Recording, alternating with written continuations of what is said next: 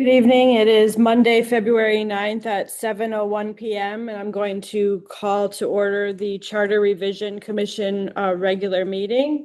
We're in the John Daly Jr. Meeting Room. All commissioners are present except Andrew Masters and Don Platt. They are absent this evening. So the first item on our agenda under 3A is approval of meeting minutes for January 12th, 2026. Are there, We got two changes. Okay, I'll move that we. Do you want a motion first or do you want to do the changes first? we can do the changes and then we can approve it as amended. Okay. So what do you have? Twice it calls out Jason Bowles as the town manager. Yeah. It's gonna bring. Yeah, Okay, do you have this it's in the, section so we can get proper correction? Public participation is one of them. yeah, and then the very last section also is one, I don't have to pull up again. Section 4, subsection C, it mentions him as town manager, and then section V, public participation, it mentions him as town manager. Okay, so that should be corrected to first selectman. And then Denise Menard's name is spelled wrong. In public participation. So that should be MENARD. Yep. Any other corrections?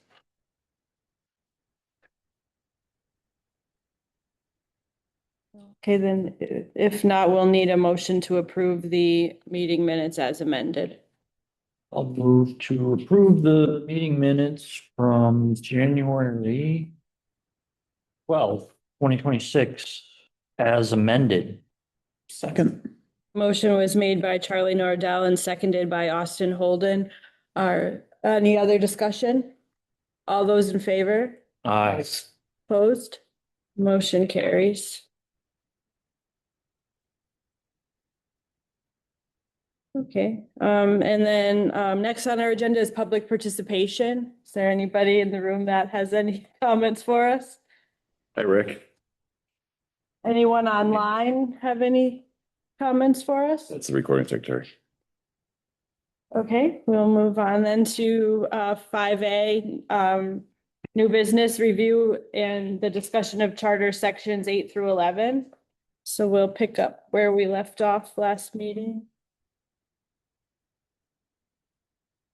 Start with page 30, section 8-1, general authority and powers of the Board of Finance. At the end, it mentions Connecticut General Statute, and Jason wants all those referenced, but it also references applicable special acts and ordinances. Is there any, do we know why that's there?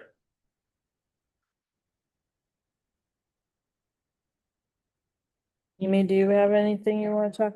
Okay. Because Jason said that he wanted anything that's referenced to be, Real reference. have a real reference, but we don't, that's the first time they've done something other than CGS. We do have a statute tied to the Board of Finance, so I guess I'll have to get that for you. There is a specific Connecticut state statute that ties. That's the CGS side. I was, the applicable special acts and ordinances. What you have to be careful of when you tie the statute to the charter Statute could change. Ended after. Yeah. is that the charter very often the statutes very often say, unless otherwise specified by special act or charter provision. Mhm. So if you reference the act, you have to be careful that you don't have a charter provision or a charter provision in particular that supersedes and is allowed by the statute. Now, he was just wondering if there was a specific special act or ordinance that related to the Board of Finance. Right, do we have to look for something or something you know of that would be a problem? Sure. Well, you're a liaison, you'll find it for us, right? I can. Okay, so do we want to then come back to this? It's gonna be part of the same, coming back to referencing the statutes anyway. For everything. Whether, I mean, Well, we need a motion to go back to this because we've bypassed several other ones, so if we want to go back to this one, we'll need to make a Well, motion. I would leave it then if we don't, if there's no reason to. I was just wondering if there's a reason that's there. Do you want to We wait can to do get that the a little answer? later. Yeah.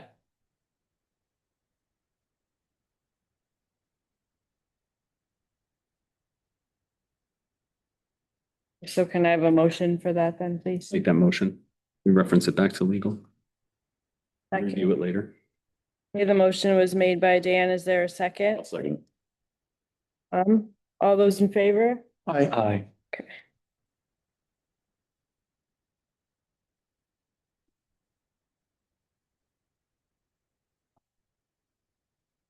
Right, so then 8-2, general authority and powers of the Board of Selectmen. Board of Finance, right? No, 18, selectmen. Oh, we skipped B? that was part of 8-1, so I Oh, thought. okay, we did the one, okay, yep.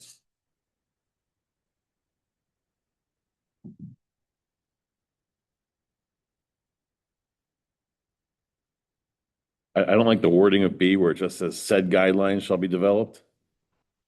Which guidelines? The ones from A. It doesn't have guidelines in it.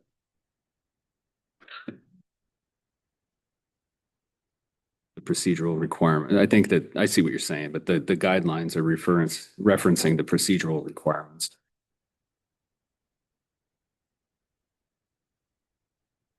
I guess. We could just alter the words to say develop guidelines based on best practices and procedural requirements. And then your reference to guidelines makes more sense. If you read B alone, it's confusing. I know it's the context of it, but I would just leave it though.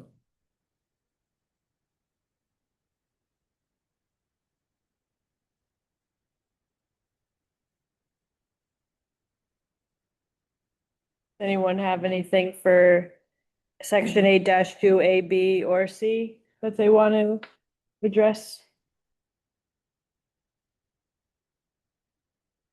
Amy, do you have any input on that? No. I'm actually here to answer questions if you have questions. That's what I figured. Last charter, I did a huge big analysis for them on all these different budget, 8% cost of living, 2% backing out CIP and debt. And they did nothing with it, right? Well, they Nothing. couldn't decide. Yeah. But they were shocked how much the variations ended up being. This was all around discussions of the 2% part. But I did a lot of work for them in the last section just on what people were thinking. So I'm really here to be a resource for anything if you guys do. I don't have anything specific in the charter that I think needs to be changed. wasn't there made mention of something to do with capital improvement? Jay would like to take the capital and debt out of the 2%. Okay, that's what it was. 2%, he would love to see CIP and debt taken out of it, which is what the state does in their formula of 2% for losing municipal aid. If you go above it, it is operations less, special ed, less capital, less debt. So how does that work though, budgetarily wise? That's the rest of If you take CIP and capital improvement out, You're taking the budget net of that for 2%.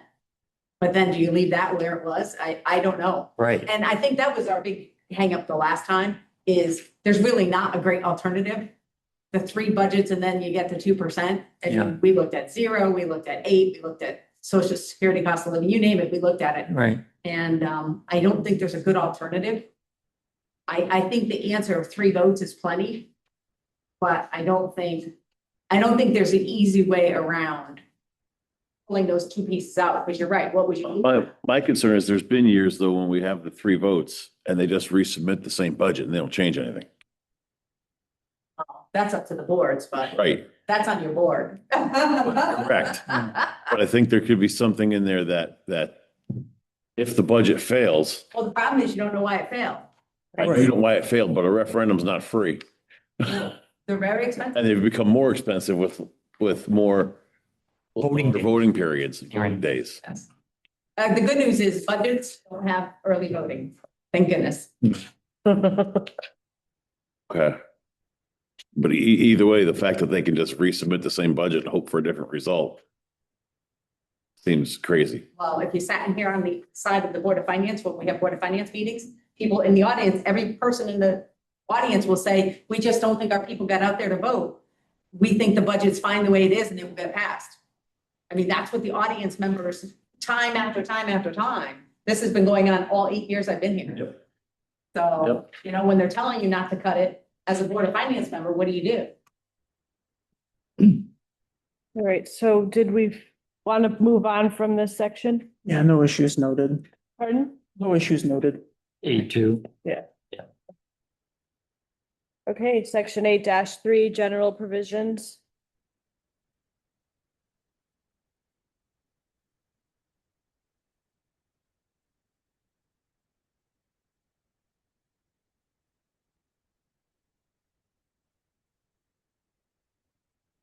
I don't see any issues with it. It's fine with this stuff.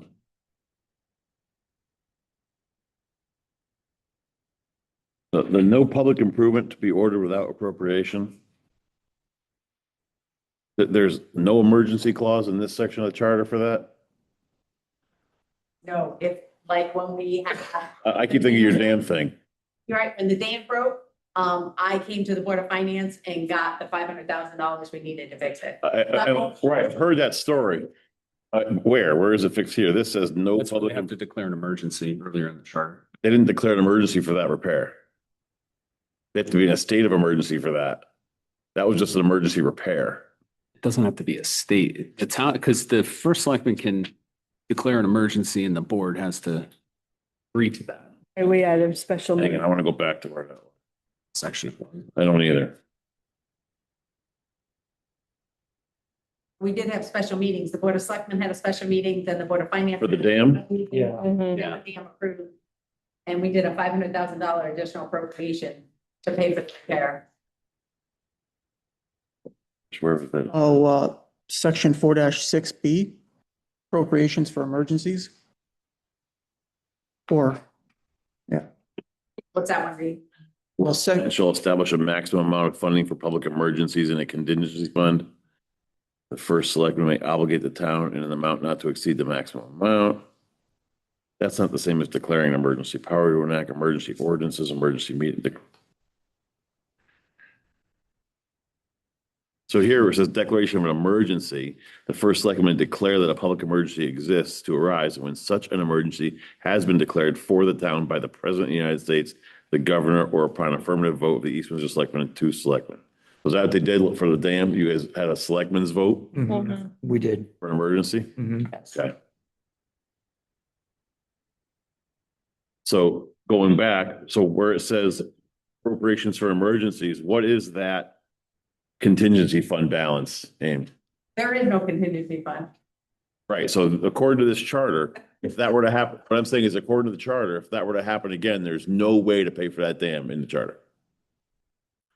And there could not be. You can declare an emergency, you can pay for an emergency with a contingency fund, which we don't have. You can't exceed the contingency fund of 0. Right? And then you go to the provisions and it says no public improvement can be ordered without appropriation. So we need something for emergency. You need something in here. If we don't have a contingency fund funded, We put 50,000 in each year, but that's used for shoot up. things, Yeah. things that we don't know are coming. Right. So That's what I'm saying. It's not gonna be a $500,000. What I'm It's saying, gonna be an additional appropriation. what I'm saying, Appropriations somewhere fall differently in here that talk about it maybe for emergency. it says no public improvement to be ordered without appropriation. That the total amount of appropriations for any one year shall not exceed the estimated income for that year. No liability. I'm just saying technically, we could not fund that dam repair to the letter of the charter. Well, that's why they went and got the appropriation. But that says they couldn't have done that. Like, it can't exceed the contingency fund, which we don't have. That's 15. It says appropriations for emergencies. The Board of Finance shall establish a maximum amount of funding for public emergencies in a contingency fund within the budget. They can obligate the town in an amount not to exceed the maximum amount in the contingency fund to mitigate a declared public emergency. But if we have nothing in a contingency fund, we have no way to pay for an emergency. Yeah, and that's why they went and got the appropriation for the dam. But where? From where? The rest of it about appropriations. It doesn't talk about it.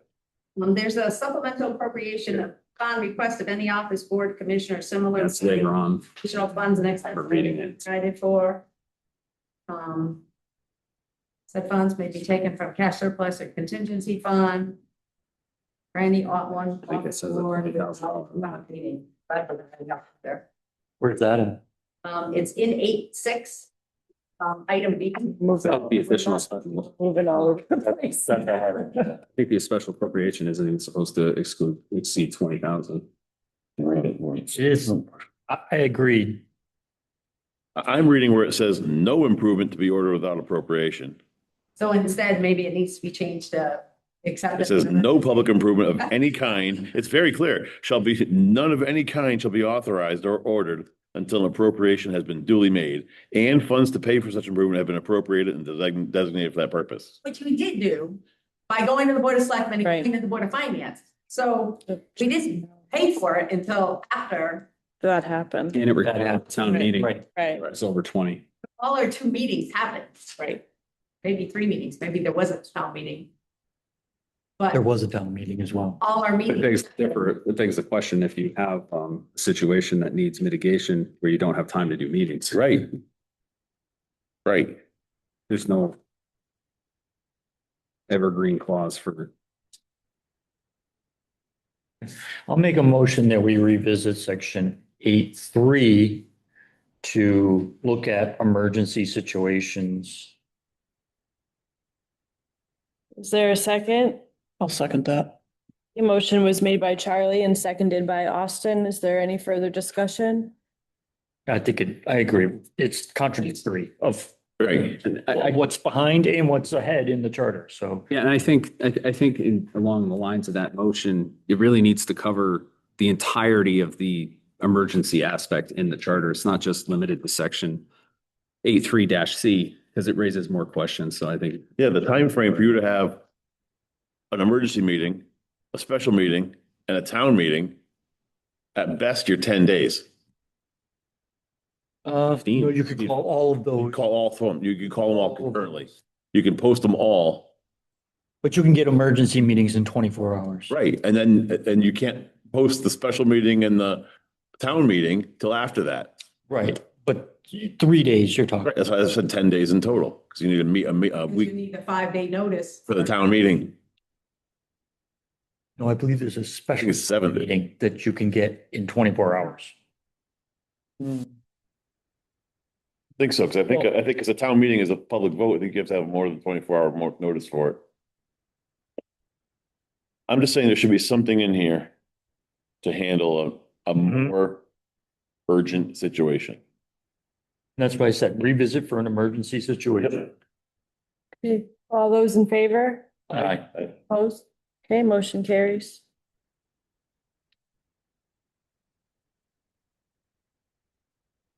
Okay, so we'll move on then to 8-4 budget procedures. Starting off with A, capital improvements budget.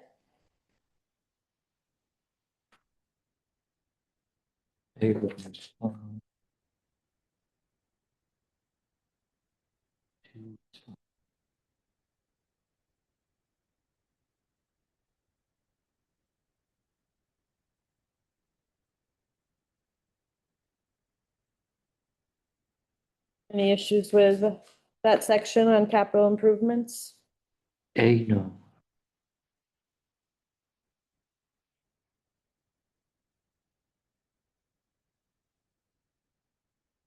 So, Austin, are you good? Yeah, I think I'm good. Okay, so they change this date every year on us, the September 15th, because it falls on weekends or whatever. That's what would be, so the 12th this year, and why do they do that? Has to be before the 15th, I think. It says by September 15th. Yeah. So it can They be, do it. But we never get any of them by then. It's a very loose requirement. couldn't be. Have to, the CIP chair for that. That's Adam. Okay. Okay, then moving on to B, annual general fund budget estimates.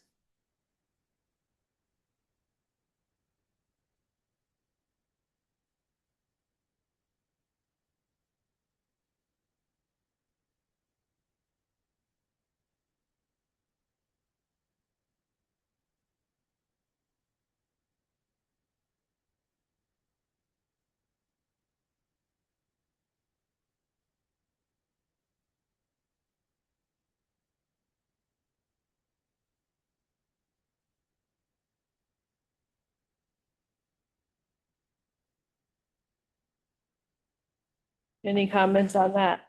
Nope. Amy, any comments on that? Nope. You're good with all of it, right? Perfect. I'm good with it. It's your job.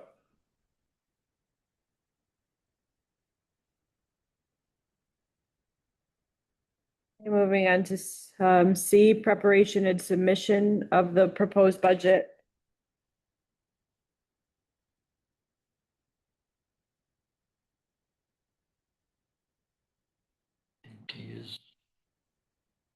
One's good.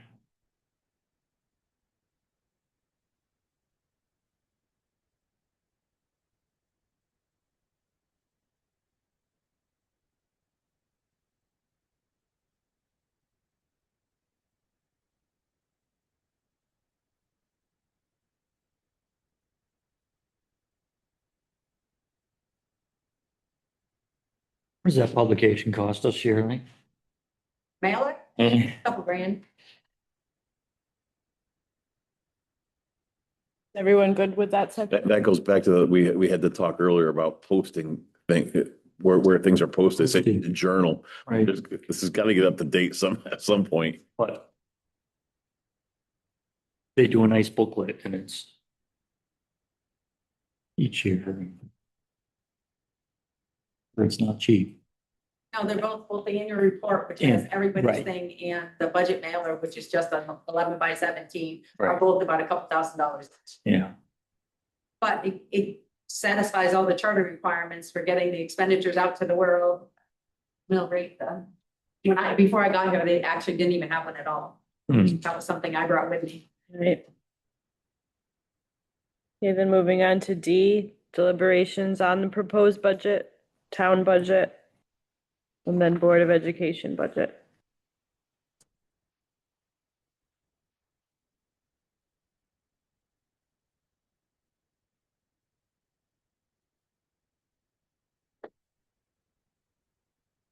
I'm good with it.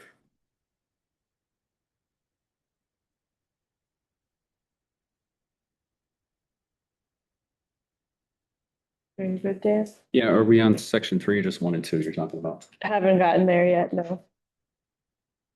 I'm good on 1 and 2. Yeah. Okay. Austin, Charlie? Mm-hmm. Mhm. Okay, then we can move on to 3.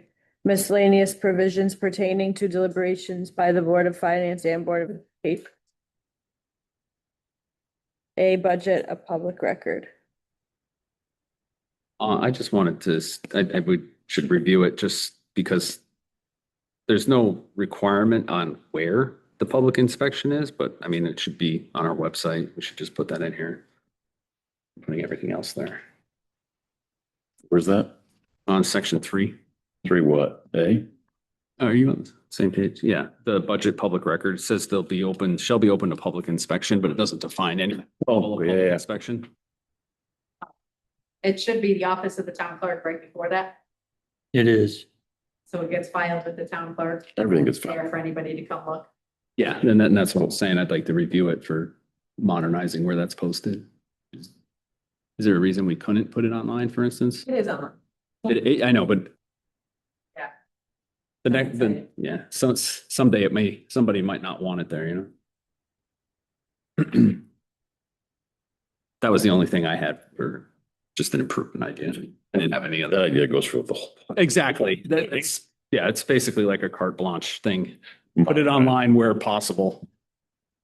I have a motion for that then. I'll make please. that motion. A motion I'll second it. That way made by Dan, seconded by Tom. Any further discussion? That's published on the website, the preliminary budget. proposed. All those in favor? Aye. Opposed? Okay. Okay, then B, the budget message.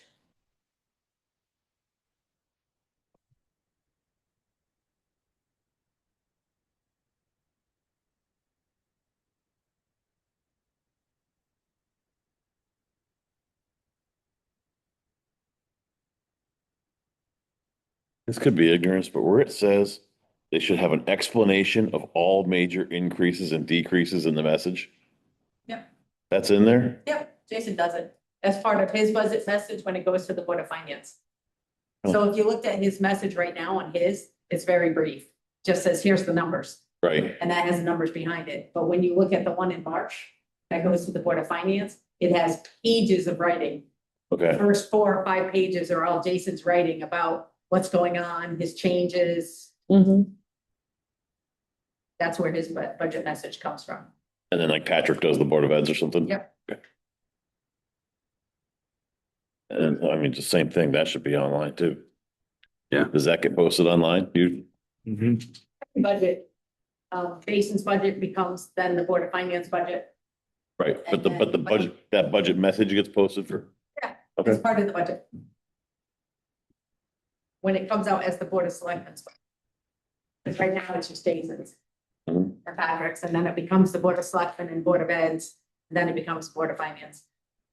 And that's when I do the mailer that Charlie was asking about. Yeah, I'd like to just add the website part again. Yeah. That's gonna be across the board, Yeah, which, you never know what the next first selectman will or won't do.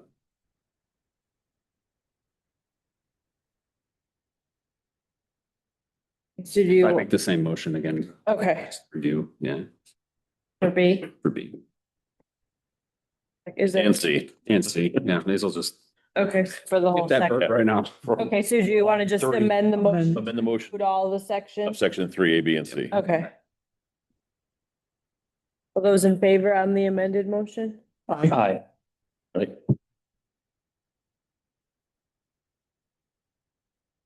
Okay, moving on then to E, review and approval of the proposed budgets by the Board of Finance.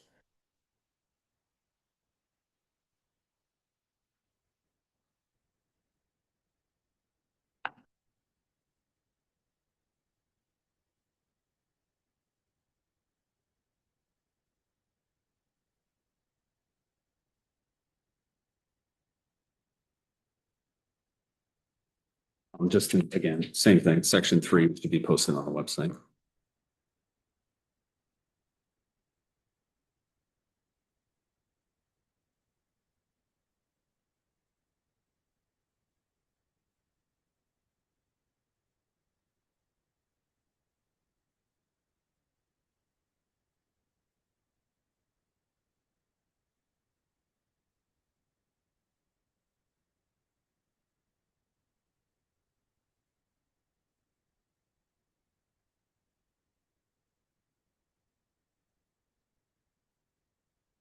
That's the only thing I have on that. It's, yeah. You can amend the previous motion again if you want. Anyone else have any, thing they want to add besides, what Dan said here? So, Section E-3. So it's starting to get confusing, I guess. Page 38.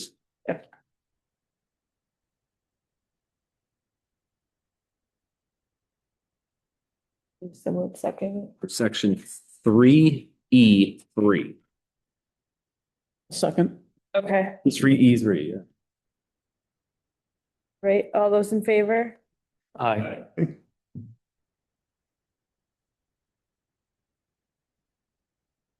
Section 8-5, submission of the budgets to referendum. So I had 2 different people ask to change this so that we vote on the Board of Ed and the town budget separately. Common thing I hear too. Is there anything legally why we couldn't do I that? think there is. I can't remember. Think there is, or we should talk to the lawyer, because if the Board of Finance didn't have to go look, let's say the town overwhelmingly votes for the town budget and against the Board of Ed. Instead of sending the Board of Finance back and say, hey, we gotta look at everything, you'd know where you gotta look. I think there's a problem with I- what it is. I- That would be a You think great. there is, Rick? I do too. It seems to me that it rings a bell that there's some statute, state statute That that, doesn't allow us to. that doesn't allow a separation. Current- The only thing you can do is you can ask a question, but it Right. can't be binding on why they failed it. Like an exit poll, An exit poll. Hmm. too high, too low, but it can't be binding. There- It's my understanding that there are communities that do divide. That's what I thought I too. would argue But strongly. legally, Well, maybe by charter provision. Again, statute allows a lot of discretion with home rule. I would advise against it for one basic reason. When you develop a budget, it's a blueprint for the town as a whole. And when the Board of Finance and the Board of Selectmen and the Board of Education consider what they're recommending for a budget, what the Board of Finance comes out with is something that represents the interest of the community as a whole. Mhm. That means they balance the needs of the town side of the government, of the capital improvements and the educational needs. And they're presenting it as something that meets the needs of the community as a whole, not specific interests within the community. But the budget,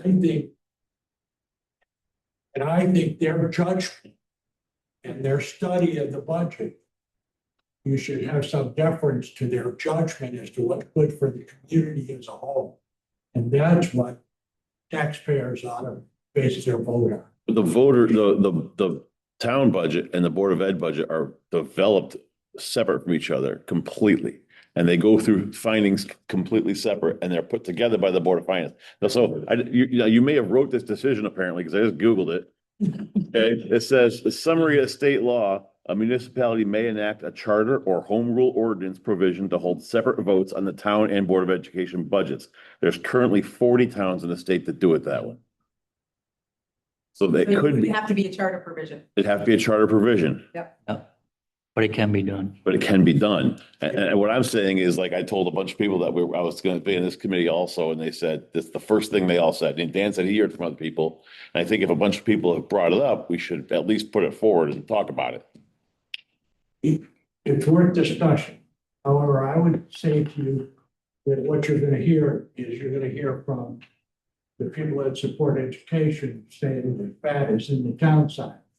The people who don't support the education budget are gonna say that's where all the fat is.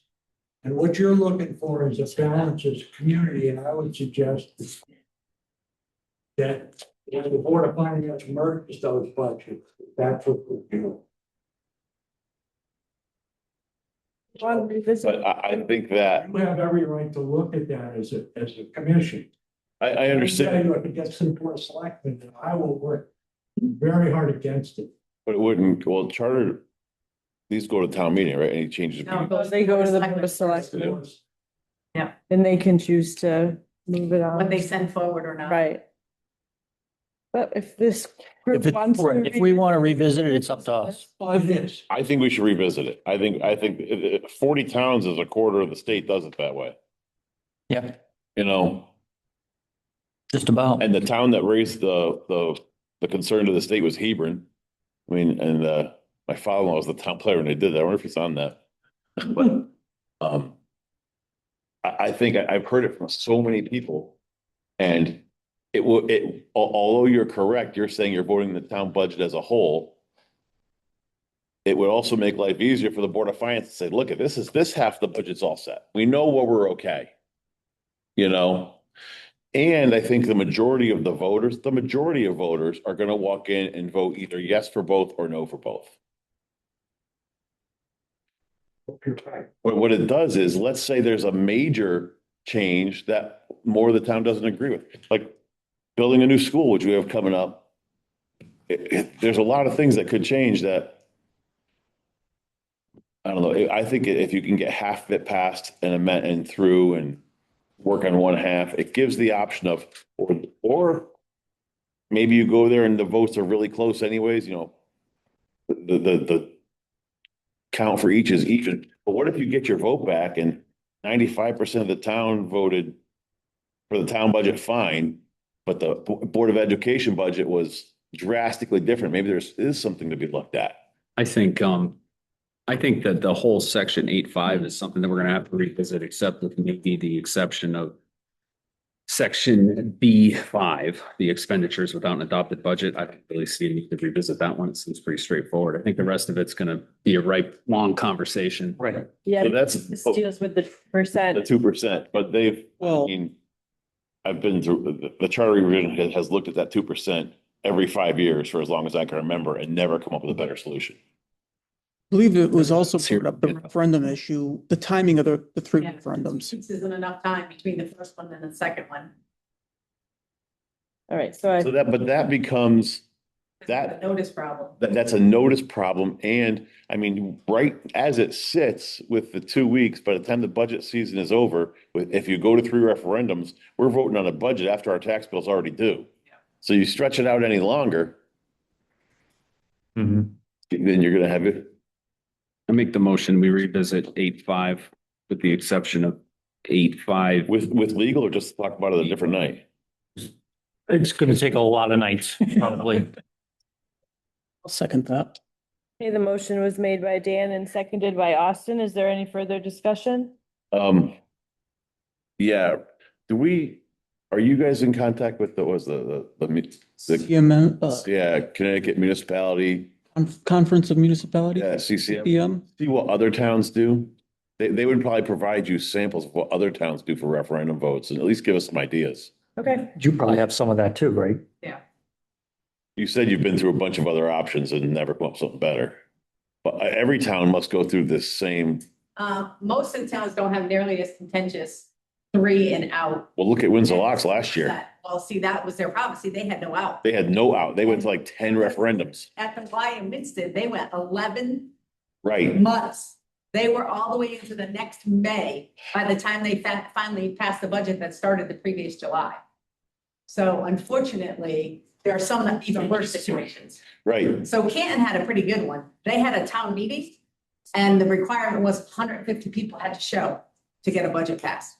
So it's We not- mentioned that earlier about having requirements for town meeting votes because I referenced back to the fire tax district under Bob Maynard where 24 people split that up and wrecked everything.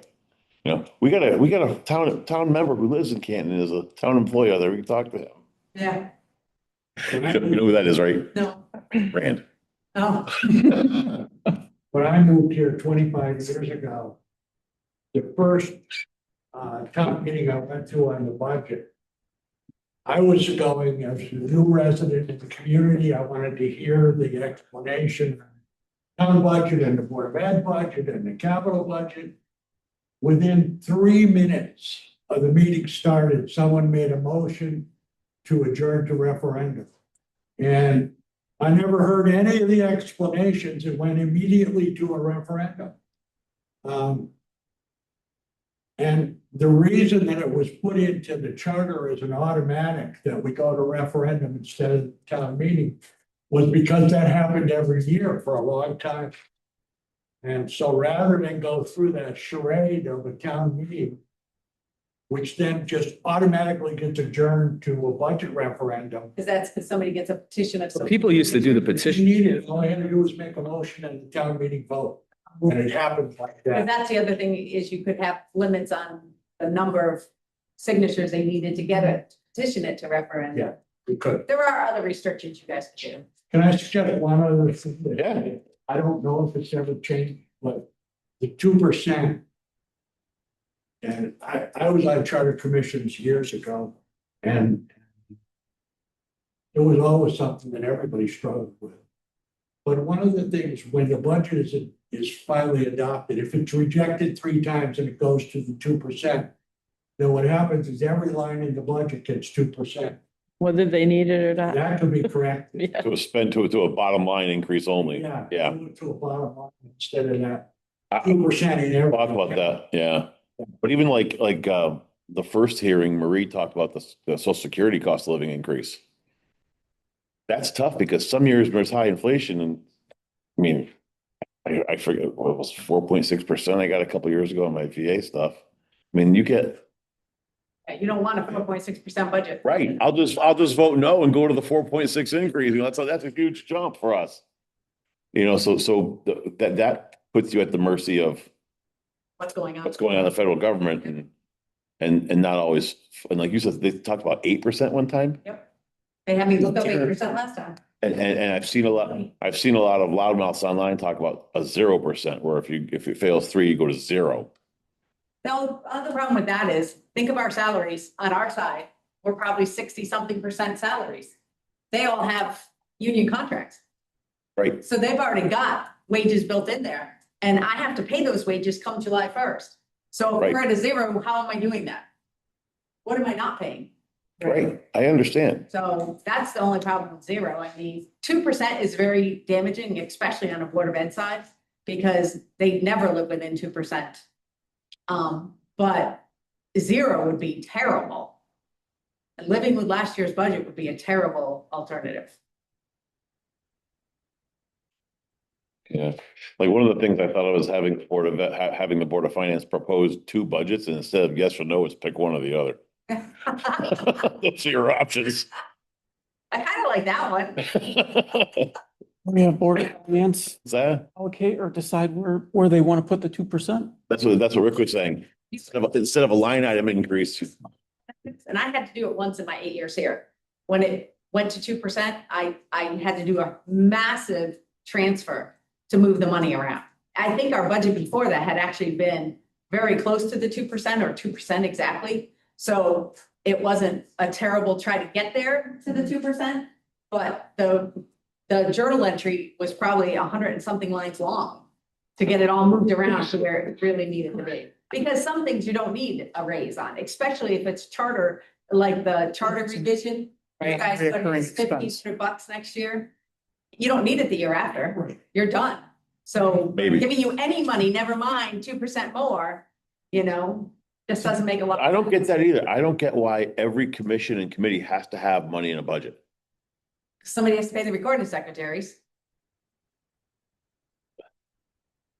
So what would the alternative be? I paying out of my recording secretary line and it's for the Board of Finance or the. Not every commission has a recording secretary. Yes, they do. Just about. We have a couple who choose not to. Pay one. I used to laugh when I was chair of the ethics. I'm like, we got $200 every year. I'm like, we don't have a recording secretary. I'm like, we're gonna start getting pizza. Well, except your line is recording secretary only. Pizza does not qualify. But we didn't have a recording secretary either. We do have a motion on the floor. Before we move on, we'll just need to vote. So is everyone in favor?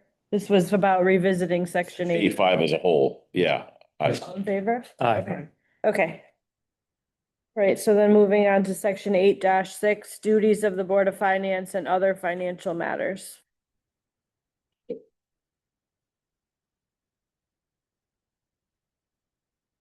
mentioned the town doesn't have a contingency We fee. have $50,000.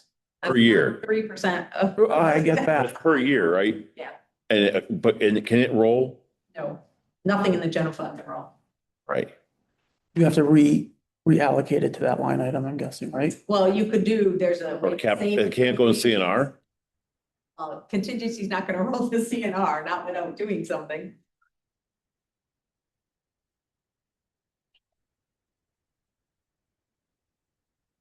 $50,000 goes pretty quick, Yeah. depending on what's going on in the world. I say, This year we did could you give an $100,000. example of what the contingency fund, a unique use case of it would We be? just had one now. We did a settlement with an employee for 30 grand. Okay. And that was transferred up to legal, so we could cover the legal. I mean, it could be really anything. It could be, something broke we didn't expect to break and we need it in the building repair line instead.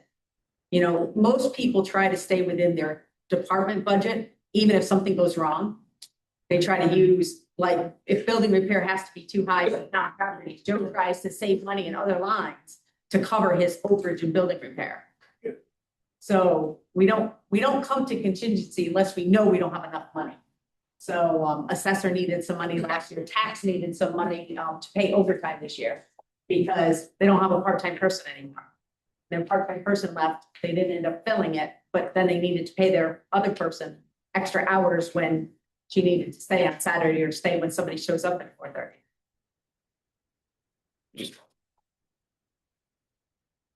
So you can take from the contingency fund, what do you need for approval to take money out of that?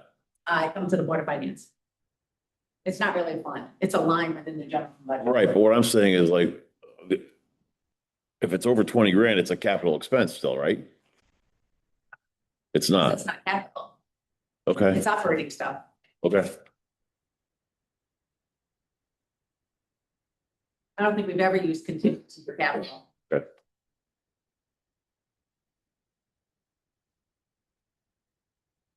3%. So it would be nice to have a 3% fund, but. Because I think just on our side, just on the town side, 3% is $1 million, right? I was just gonna say. Little over it's $1 lot of million. money. That's more than the capital budget.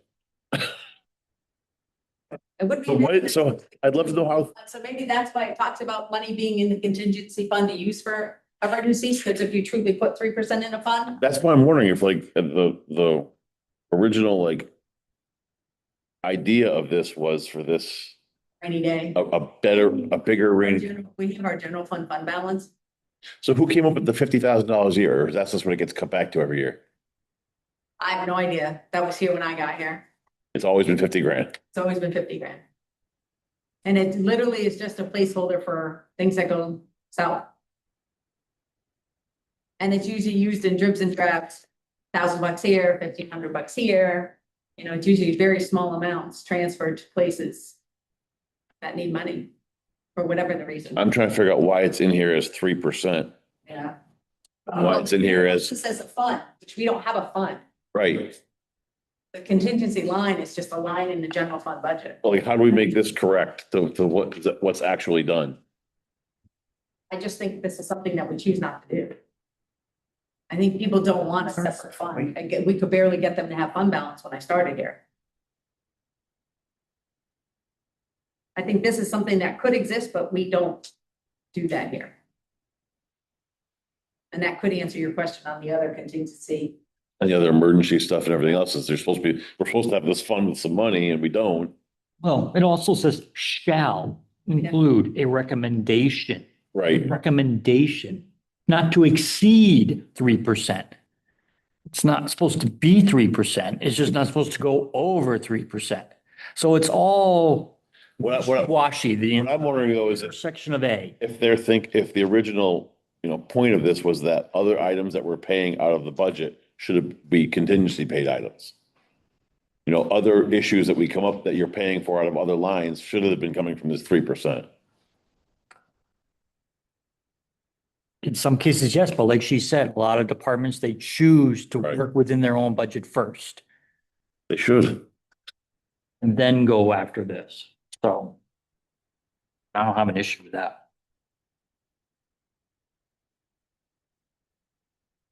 So do you put a recommendation in for the budget for a contingency fund every year?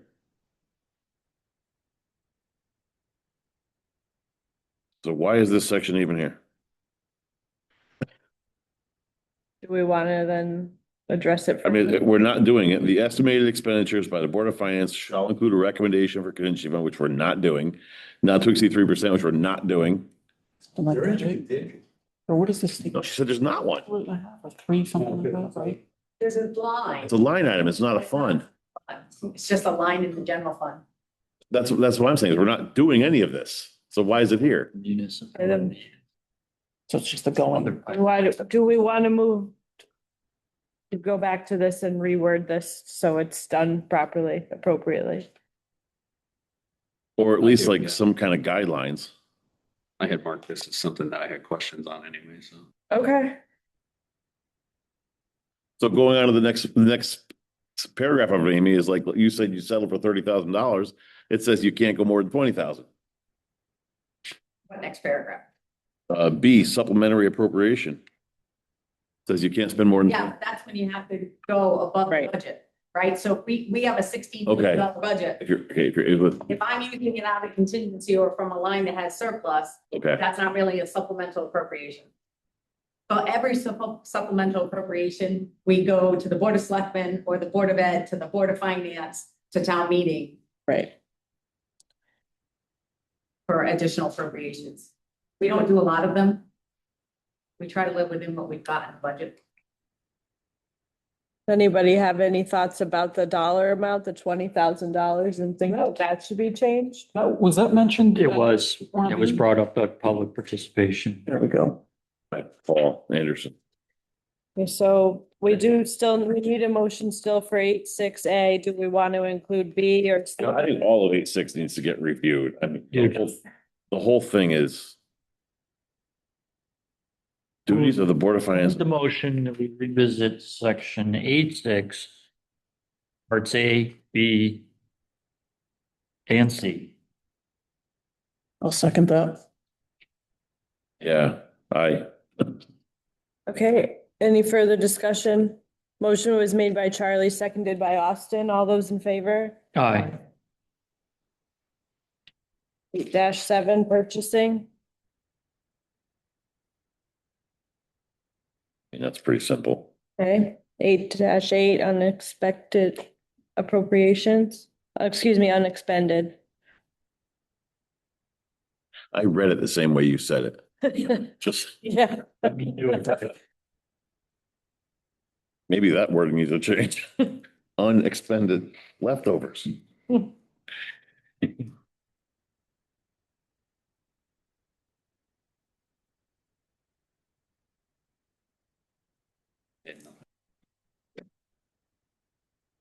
But can you just clear that up, Amy? Any portion of an annual appropriation remaining unexpended or unencumbered at the close of the fiscal year shall lapse.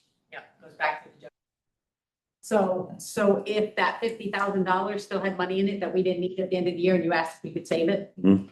that's what goes back to the general fund to fund the fund balance that we have.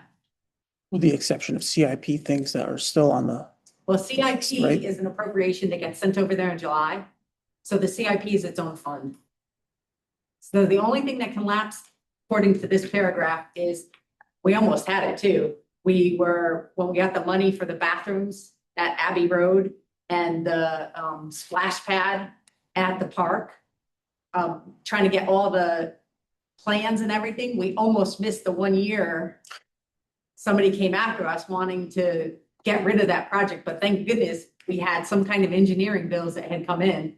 And that was our saving, that we had spent a portion of the appropriation, so then we were okay. It's if you didn't spend it at all, they're supposed to lapse after 1 year, which is kind of tough because the intention of putting away money in capital is for some future date.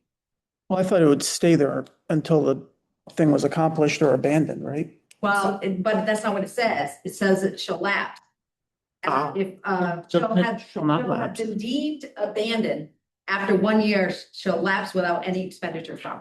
But doesn't it also say encumbered? And isn't it encumbered at that point? Like if you've set the money for a certain project, doesn't that make it The feeling encumbered? of the people that were going after it was that it should go back to the general fund. Yeah. You don't have the money in You your know who that was. next budget cycle, you can add the Right, remaining balance to it. right. And that's why we do CIP the way we do it. I think either way, it's like the longest run-on sentence in the whole thing is one sentence. It is. So basically, if there's money left in police salaries at the end of the year, that goes back to the general fund balance. Whoever has money left, it goes back. And if you would look at an end of the year report that I do in September, you would see all the lines that return money. You know, like Sullivan returns money, very few actually don't return some version of their budget, because when you're budgeting, you're taking a guess 18 months ahead of time. So would you change this to No, get rid of that lapse? You'd leave that there. no, because that's what becomes fund balance. Because what else would you want it to do? If, can I ask a question? No. You had okay. If you had an open space fund. Yep. For example, could that We do. continue? We do, it's in CNR, That's a rolling fund? Yep. So that's not a capital. right? It's in the CNR fund, so it's not in the general, this is general fund. Okay. This is the annual appropriation. It's our only budget that gets an annual appropriation. And that's the only thing that lapses. other than capital if you haven't spent it in a year.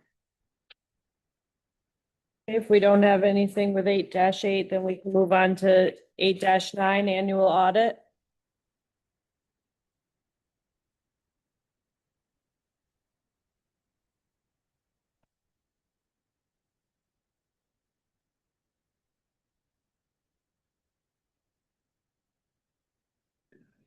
We use the same accountant every year for that. We go out every 3 years.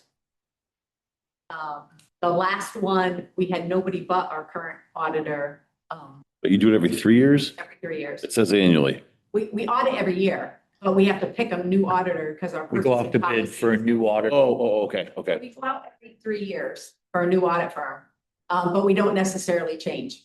There's not a requirement to change your audit firm. Thank goodness. The way I'm reading this says it should be done annually. That's all. We do an annual audit. No, it says you should designate an accountant We annually. do. By law, Connecticut requires us to fill out a form that says Mahoney Sable is going to be our auditor this year. Okay, And the Board of Finance votes on it. okay. So each spring, the Board of Finance appoints an auditor for the books happening that June 30. And every 3 years, we go out to RFP. But we have not changed in my time here.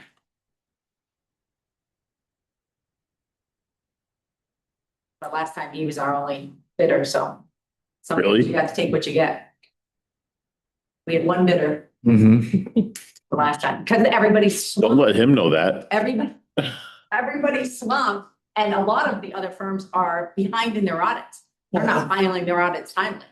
Well, the attestation audits or financial audits, the insurance for them is rather astounding. So the other competition is going to be Like, mid-sized firm, much bigger than Mahoney, I imagine, which is not going to be cheap. Or Oh, PKF O'Connor Davies just reached out to me, asking a Oh. bunch of questions. And I think they bid the first time I was here what's it cost? in McGladry, 65 grand, How long does it take? How long does it take them? 3 weeks. We know, in the Board of Ed. Yeah. I got Any nothing issues here. with that? No, that was A. Anything I'm with good B? with I it. don't think so. Go with B. Okay, moving on then to section 8-10 annual town report. Well, the funniest part is, it's really not the Board of Finance that publishes it all. It's the First Selectman's Office, Mm. but. And go back to Dan's thing, this should be online, this should be required to be online too. It is online. It should be required to be online. We could get somebody else in the seat that changes their mind. It is online.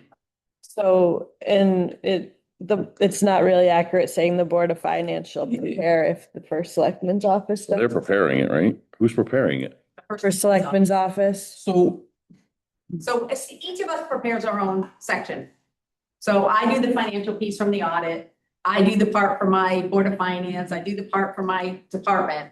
So each department head is out there doing their sections. Right. Melissa They does also- Parks and Rec. But maybe it should say department heads will provide their section of the annual report Mhm, To the first to selectman. the first selectman's office. so too. It's always a scramble because I'm like, why is the Board of Finance even? Is there a deadline for that? Yes, Yeah. it's massive, and it has to happen before the annual meeting, which also the first. Right, it says, Right. no, it says the first, like, it's, what I'm saying is there should be a deadline for department heads to submit to the first selectman. Yeah, well, like the audit is always the last thing because I don't even get it until the middle of December. And we got to turn it around by the end of December for the annual town meeting. So I would move to amend that to town department heads revisit it. shall prepare and submit an annual report to the first selectman, Right, okay. who should publish it 5 days before. Second that. A motion was made by Tom and seconded by Austin. Any further discussion? All those in favor? Aye.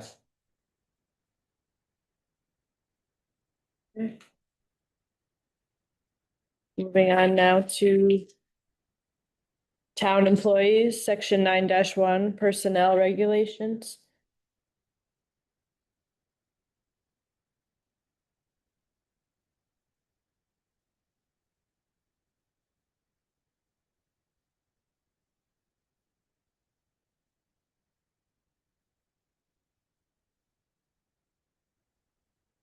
So who maintains personnel regulations for union employees? Just the CBA?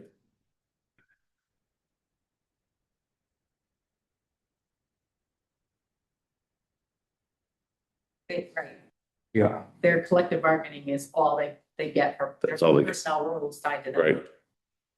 It's just us guys. There's 8 of us that aren't union on the town side. BJ is 2 staff, Len, and the police chief and the deputy. That's it. We're your sum total of non-union employees in the whole town.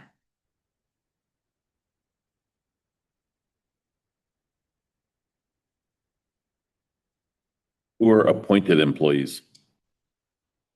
Well, A whole bunch of us. I am, the town clerk Clerk. is, assessor, right? the assessor is, the tax collector is. The board of selectmen appoints a ton of the No, department. no, what I'm saying is this reads, the Board of Selectmen shall prepare and maintain personal regulations for all non-union appointed employees and elected officials. Yeah. Mhm. So appointed employees would be me, Matt, Ben, Mhm. Len, that are not union. But the other non-union would be our permanent part-time, like the girl that works for me 9.5 hours a week. She's not union. So Okay. she's just a regular, non-union employee. Where the appointed are gonna be the ones that have to go to the Board of Selectmen, but only the non-union ones. So like I said, Matt, Ben, Len, myself, Mhm. and then elected obviously the BJ. Right. I guess Jen and Melissa would fall under non-union Right. because they're not unionized, but they're also not appointed. But what about like the housing authority girls, they're union? What do you mean? The paid staff at the housing authority? They're not employees of us at all. They're Just just, separate. Okay. Yeah. It's by statute, right? I have no idea, like, I. Doesn't have anything to do with it. They're more a creature of the state. Okay. Is there anything in 9-1 that we want to go back to? I'm good. Good, Good, yeah. okay. 9-2, employee status.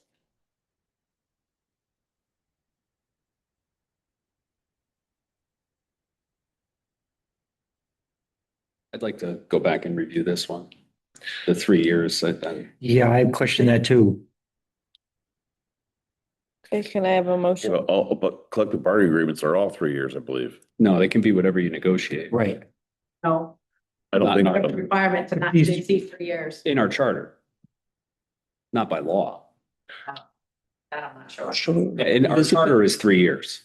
That's why I want to revisit it.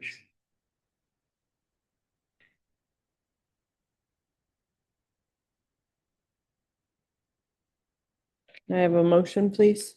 I mean, what, you want to revisit it for what? To eliminate the 3 years? I mean, I've had a 4-year union contract before. You can have other length contracts, but not in our charter. but not in our charter. I just want to review the length. Yeah, because if it benefits us to give them a 4-year contract, you should be able to, Right. Yeah, you can't. Exactly. but we can't currently. Right. Section 9. Page 42. It says, if employment contracts are issued, there shall be a term limitation of 3 years. I mean, that doesn't talk about, collective bargaining. This is just talking about like my employment contract. No, it says all employees. It says all employees are at-will employees by definition. The previous section, Employment contracts are issued. that's a collective bargaining agreement. Well, it can also be like her. Or the Right. Or the police chief. We have a contract with them. But I think it only applies to, I think it doesn't apply to collective bargaining. I think collective bargaining is, yeah, it's right next, it's the next. Next section. You want to address the 3-year, the time Well, limit. for a few reasons. If Right. you were going to come to the police chief and they won't give you a longer contract in 3 years, you might not even consider that. You might not even consider the job, that's right. If you could get a 5-year contract somewhere else and guarantee yourself a job, I agree. if 3 years. you have a first elected who decides that the chief is a really good buddy. And whether or not he's doing a good job, he wants to give him a 10-year contract. The town is then stuck with a 10-year contract for somebody who may no longer be serving the needs of the community. It's not a bad thing to have some limit in there. well, just because they have a contract doesn't mean they can't be fired. What's that? Just because they have a contract doesn't mean they can't be fired for a reason. It's harder. It is harder. It's a lot harder. If you have a Yeah. 3-year contract, the contract ends, then the community can simply walk away from the contract. I'm not making a motion to suggest that we should set a limitation of 10 years. I'm making a motion for us to revisit it and discuss this more in depth at another point. I see your point there, but this is a fixed number Right. and there should be some flexibility or at least some. So did we get a second for that? No, I have a motion made by Dan, but do we have a I'll 2nd? second. You're moving just to revisit this. Okay, yeah, okay. All right, motion was made by Dan and seconded by Charlie. Any further discussion? All those in favor? Aye. 9-3, collective bargaining. There's a 7th grade year in it too. I don't have that page. No, this doesn't have a, and that's, I mean, I'm not a lawyer, but you could absolutely see people making an argument that a collective bargaining agreement shouldn't be more than 3 years because employee status appears before the collective bargaining section. So that's why I think we should just review this as well when we talk to the lawyer to make sure that we have our intents covered adequately. Mm-hmm. I definitely read it as all employees are at will and the contract should be no more than 3 years. That's the way I read it too. But you can make a differing opinion here and then you end up litigating something that you never had to litigate. Right. Right, Clarified it now. Exactly. So I think we should review. I think we need to review section 9.3 so that the employee status section of 9.2, It's established. yeah, Clear. so we can clear the whole thing up and have no spirit of the charter. So amend the last motion to sections 9.2 and 9.3. 9.2 and 9.3. Charlie, do you amend? Yeah, I'll amend my second. I was just reading 9.4 though first before we went to Okay. that. That's pretty, We Board of, oh yeah, we can't touch Board of Ed. Okay, so yes, I'll amend my second to include 9.3. Yeah, all those in favor of the amended motion? Aye. Aye. Moving on then to town meetings, section 10-1 legislative powers. well, this is where we wanted to talk about maybe a minimum required constituents to vote at a town meeting. That had come up a couple times. Yep. I don't know if it's legal. Yeah, Yeah. It is. Yeah, some towns have this provision. it's 150. It's the minimum at a town meeting. So out of curiosity, that would require a different room.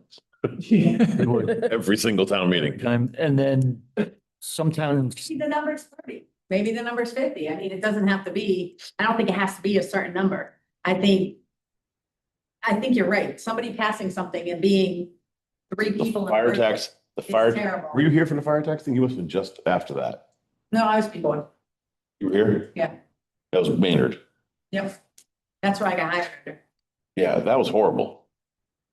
That was horrible. My fire district in Barkhamsted, if we can get our 12 minimum that we have to have, or our 15 minimum that we have to have, same with us. that's all, I mean, we're calling parents, siblings, Same with us. anybody we can get to get our number, to get 16 people in the room to actually pass the thing. Right. And that's driven off Connecticut general statutes. Same with us. I mean, Well, the major town meetings, we have no problem getting people for. Right. Christ, the casino one, we didn't have, We had to use the high school. we across the street, we used, For that. yeah. I think there should be a minimum to hold the vote. I don't know what, Towns do a percentage of I was voters. just gonna ask, but how do you keep track that you have the you proper? can't get a percentage of voters to vote. They know, percentage of voters, first of all, you know what your number is. you know what you know. But then they have to actually check in with the registrar Okay, with a voter list. I thought for a town meeting to vote, they have to check in with the registrar anyway. If it goes to ballot, yes. It goes, yeah, so percentage.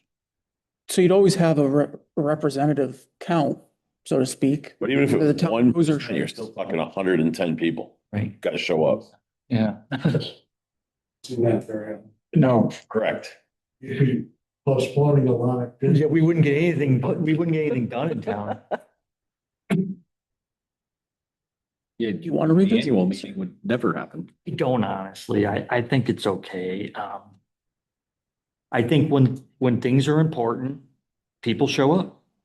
And This could also go back to when, like, I know when the fire tax thing, I had no clue what was going on. I had 3 houses in Warehouse Point at the time. I got royally hosed. Oh, that was when the Warehouse Point went into, Yeah, oh, see, I wasn't here for that. I didn't think so. It was in 16. I was here Rick for might the remember it, time. but the issue was that Bob made an agreement that he would separate out this fire tax and then lower the mill rate of Warehouse Point, so they were even. And then. And it passed at town meeting, and the lawyer said you can't do that. Can't tax somebody else one rate versus somebody Right. else. So that was 24 people, and that was, I don't know what the town spent trying to fix that issue. still trying to fix it. I know. That's why I'm saying that like maybe this goes back to the publishing requirements of posting or notice of town meetings. Hmm. You know, a better way of notifying the intent. Okay. Okay, so just for the record, we have Andrew Masters joining us at 8:13 PM. He's on Central Time. Or maybe this town meeting section, maybe the posting requirements in general for all town meetings should be modernized.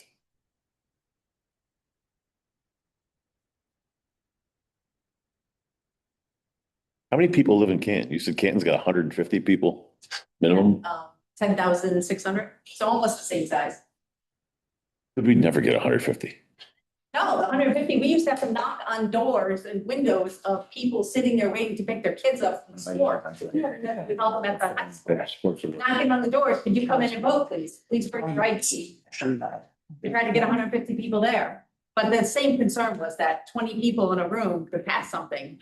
Is there any law against having, let's say a town meeting is, when you post a town meeting, you know what you're going to vote on. You may not be there for the discussion. Is there any law saying you can vote anytime that day? You can show up and cast your vote, and not be at the meeting?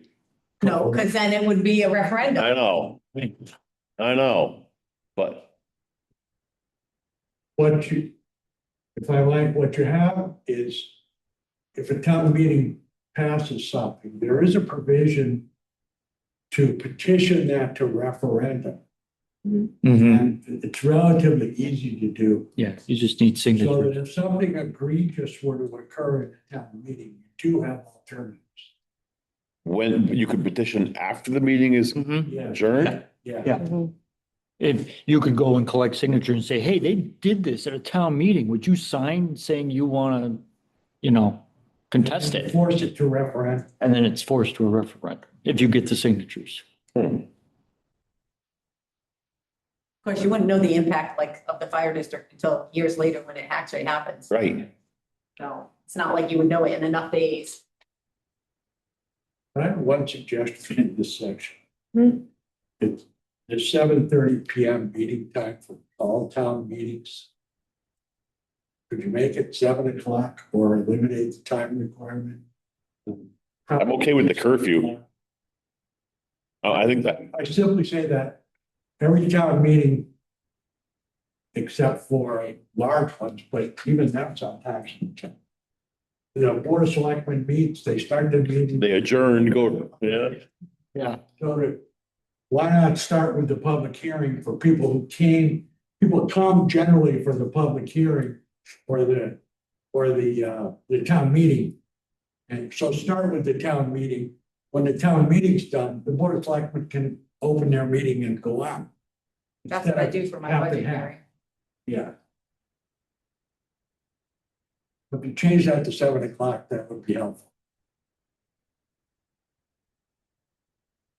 So is there a motion then to revisit this section? Yeah, I move we revisit 10-1 legislative powers of a town meeting. Actually, chapter 10, town meeting altogether. It's. Oh, wait, there's a lot more of it. Hang on. Section. Let's just continue with how we've been doing it. So Do we want to revisit this section? I have a motion on the floor by Tom. Yeah, I move we revisit section 10(1)(b). Second. Seconded by Austin. Any further discussion? All those in favor? Aye. Moving on then to 10-2, members of the town meeting. So that's where we would put a limit if there was gonna be a limit, right? Mm-hmm. There would be a minimum participation.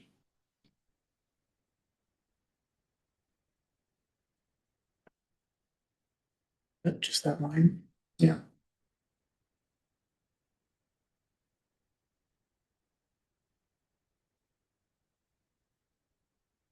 There isn't, there wasn't anything about quorum of the year. I don't think we discussed anything on a quorum. Of course, quorum might. Hold the quorum, that might be for statute too, I think, right? For what? Andrew was mentioning if we covered anything on the topic of the quorum. No, Quorum is for statute, state statute. that's what I thought. Do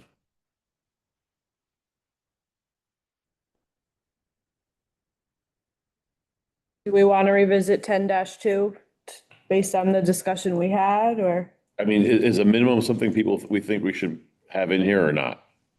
I do. You don't think so, Charlie? No.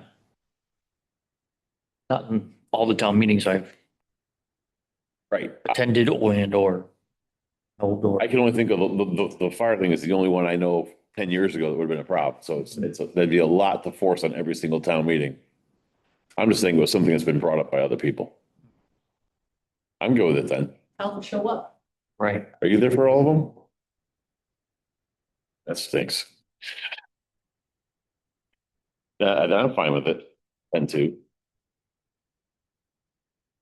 Okay, then moving on to 10-3, annual town meeting. Good with that. No concerns.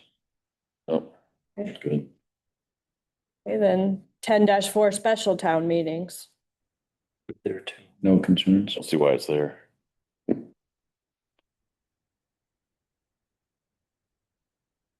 It's fine.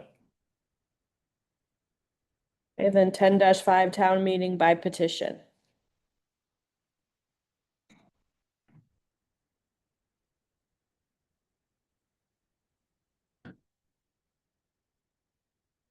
Do we think that the number of 20 people is a good amount? Should it be more? Should it be less? It says that's in accordance with Connecticut general statutes. Okay. So I'm assuming that's why it's there. And that's what it says, said petition to be in accordance with provisions of Connecticut general statutes. Right, just. Just the petition. They don't? Yeah. I would just allow a petition. Yeah.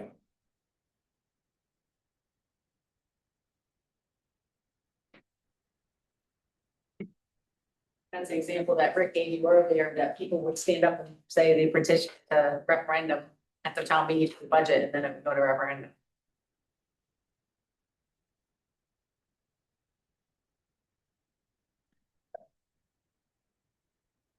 I don't know, in all my years, I've never seen this to be a problem of people abusing it, so.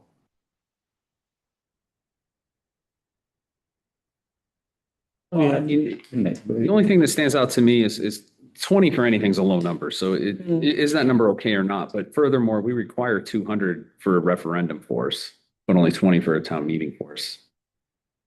I mean, maybe some unity. I mean, again, though, just because you've never seen a problem, you know, I feel in the political climate of the world these days, nuisance hassling could become a thing.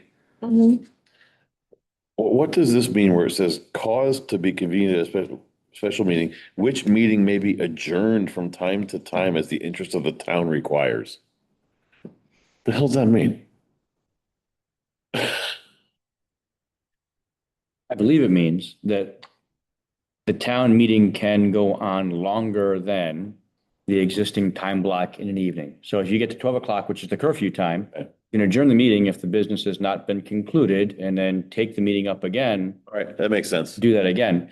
I read this also, and I kind of understand what you're saying, Dan, but this is just simply petition for the town meeting, for the special town meeting, not necessarily petition to act on a piece of business that was perhaps, The petition has to be the piece of business. right, but it doesn't necessarily they have to act on it. It just simply says you can complain, right? This is petition the government for redress of grievances. Doesn't mean it's gonna overturn what happened. Right. Right. Because then to do that, you would have to go to referendum, which would then require 200, if I read this correctly, then you would have to go to referendum to make that change. Mm-hmm.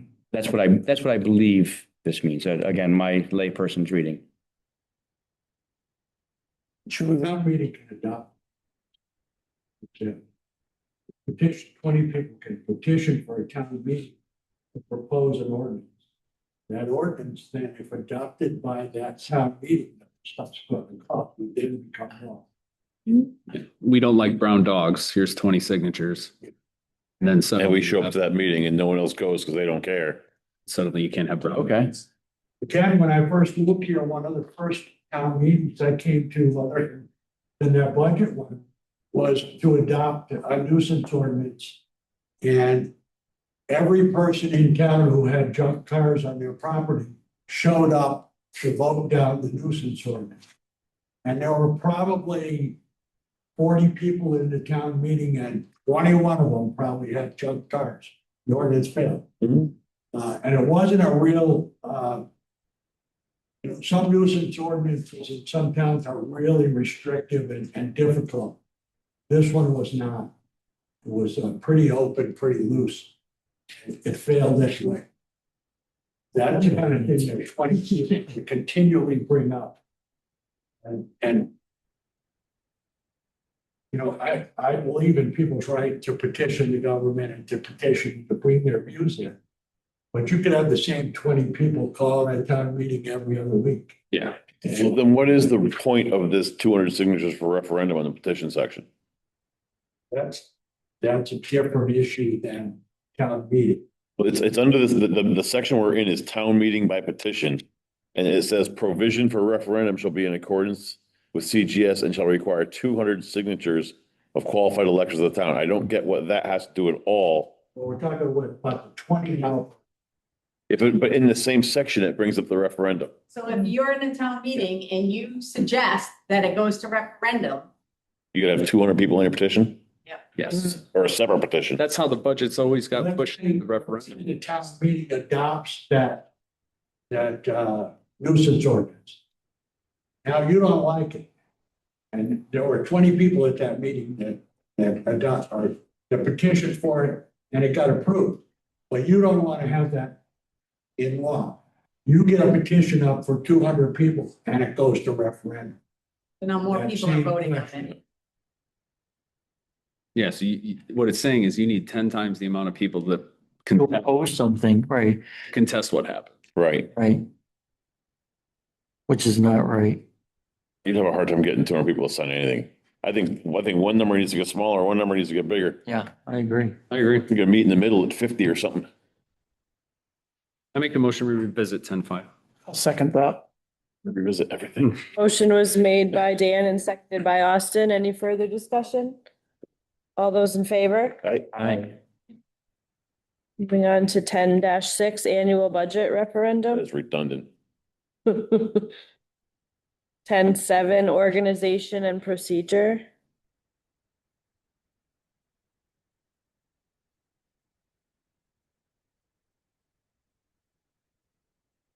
Had no concerns.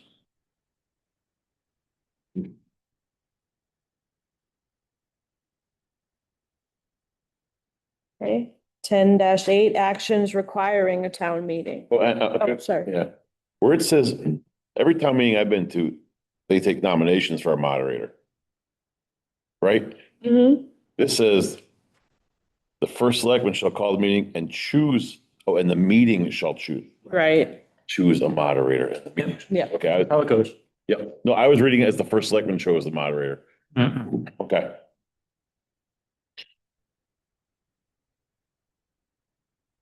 This is where Paul had brought up Right. this dollar amount being separate. I have marked here. Any resolution making an appropriation of more than 20,000, not including a budget, that number should be higher. Mm-hmm.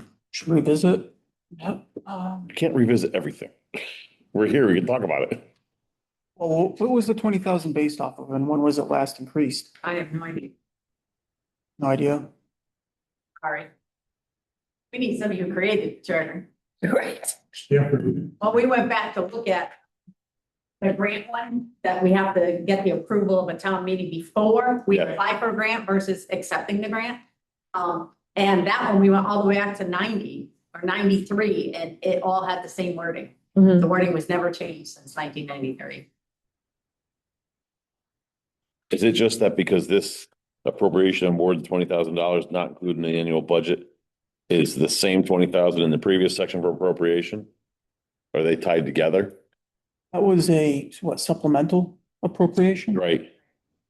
It says any resolution making an appropriation of more than 20,000, not including, requires a town meeting. But if we were to change that, we'd have to change the other occurrences of $20,000.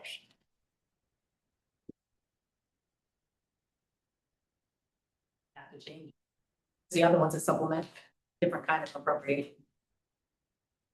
First, when we talked about the supplemental appropriation. For any department getting 20 grand. This refers to any appropriation beyond a supplemental? Is that, Well, that's what it sounds like, that he's talking about there now, right? It says any resolution making an appropriation of more than $20,000, not including the annual budget, requires a town meeting. It is a special appropriation, It's all of them. supplemental appropriation, just under different wording. Right. So why is it even there in two spots? But with the other, one side requires town meeting, the other side doesn't. Right? No, the other side does. Back to where that was now. We It talked, talks about the department, it's an 8. yeah, I'm in A, I'm just.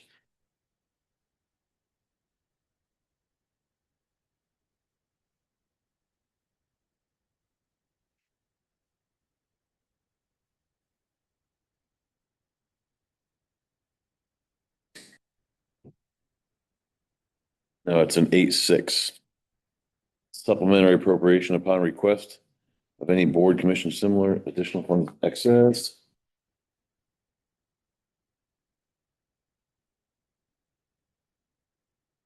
Without a town meeting. So it does have a town meeting in it. If it exceeds 20,000, yeah, if it exceeds 20,000, you need a town meeting there. So that section can just be removed. It's just saying the same thing again. Right? Or is this, -6. yeah.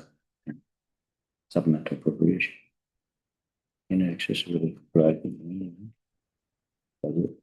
But aren't they the two different appropriations? one says any appropriation, The appropriation, not in the budget, the other one, is supplemental appropriations. That's really same words for the same thing.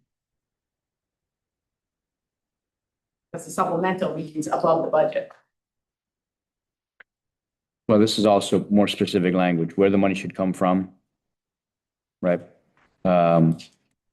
Contingency or cash surplus, and this maybe is just circular reference to, is that the thing that has to happen? Right. 10.8A. You gotta have town meetings. yeah, 10.8A is just to think of circular reference. but then back to the original thought is the $20,000 appropriate for both those concerns? Right. As time changed, and it should be You guys 50,000. probably have a better sense of what those numbers have looked like in the recent past. Yeah, How often do you make appropriations of any kind that are exceeding $20,000? most always. Yeah, I was just gonna say that, we do a lot Right. between departments, but that's not above the budget. Right. Right, that's what I'm saying. Appropriations, usually when we're coming for additional appropriations, it's for a big number. That's what I'm saying. Because in most cases, smaller than that, we can cover it within the budget by moving things around. Then the 20 is fine. Transfers. I think so, Okay, because it's always big numbers. right, that's what I was thinking but why would you You can limit? think of the things I needed appropriations for, a couple $100,000 for computers for across the street, the 500,000 for the bridge repair, the dam repair. I mean, we don't normally do additional. This is almost limiting you the other way, that you don't do it for little things. Which Oh, go ahead. I'm okay with that. I'm fine with keeping it at 20. I was just wondering if it was bumped up, would it conflict with, was it the procurement policy of anything over 20 or 25,000? No, because you still have to, even if the money's in your budget, Ah, got you it. still gotta go through purchasing. You still gotta go. Purchasing procedure? I'm good with that. I just want to talk about it because Paul brought it up as public comment.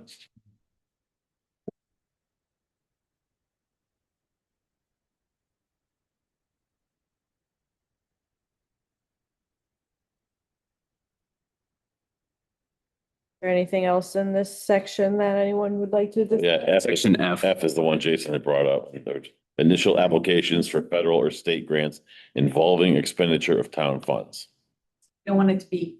We want- initial application, We we want it to the be acceptance, Right, federal state grants. So I move we change what section are we in? 10(8)(F) and strike initial applications and replace it with acceptance. Must be approved prior to acceptance or something like that? Acceptance for federal and state grants of all Hmm. is action requiring town meeting. Yeah. Accept it. That's just instead of initial, yeah. instead of initial applications, there should say acceptance of federal or state grants involving expenditures of town funds. Second that. Okay, so the motion was made by Tom and seconded by Andy. Is there any further discussion? Okay, all those in favor? Aye. Anything with G, H, or I? No.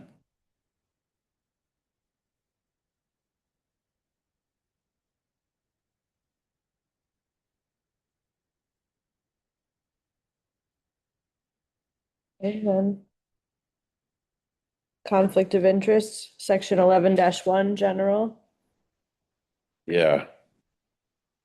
So this definition of conflict of interest is not the same as our town's ethics ordinance definition of conflict of interest. So when you get sworn in and sign the thing saying you read the ethics ordinance, it doesn't match the charter. So I think for the whole conflict of interest section, it should just reference the town's ethics ordinance. The ethics ordinance didn't exist. It wrote it in 2018. What if that ordinance changes, though? That's fine. It does change on, and the definition, it was provided to us by the state for this time, but the main, Reference the F. Right, yeah. our ordinances have to have some standing. Mhm. If the charter is different, and then they are different because if I remember right, this actually, either way, I think the conflict of interest referenced in the charter should strictly stick to the town's ethics ordinance that we have in place. Just out of curiosity, hypothetical.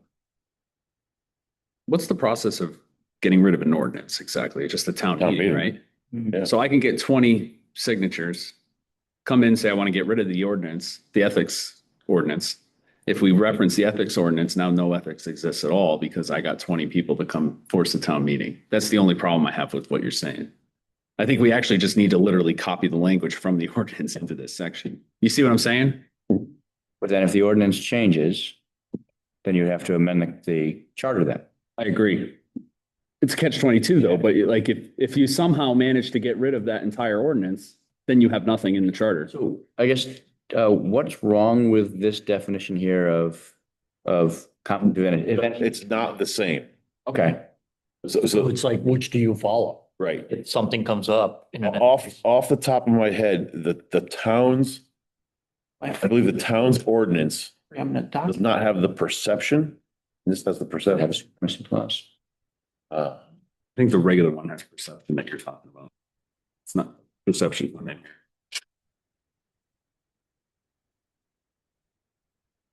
The concern is that you reference the ordinance and the ordinance goes away.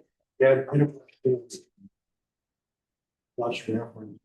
This ordinance. That's what I'm saying. If I remember right, again, going back to that, this says if any elected or appointed town officer, official, or employee anticipates a conflict of interest as defined under 11.1 might exist or could develop from any action said individual may take in the exercise of his or her duties or from any influences, Thank you. they shall disqualify themselves. In the ordinance, I believe you only have to disqualify yourself if there's personal or financial gain from the vote. Mhm. This is saying if there might be, you have to not vote.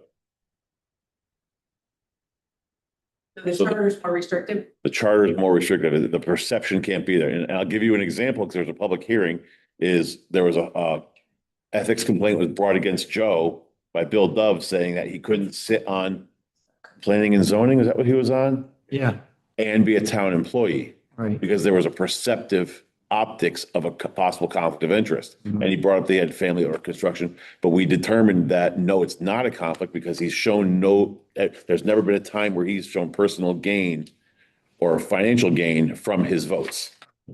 And in a town where you have a hard enough time filling seats, you Mhm. don't want to limit who can sit in those seats. Right. So the charter allows for the perception of conflict to be a reason to back out of a vote.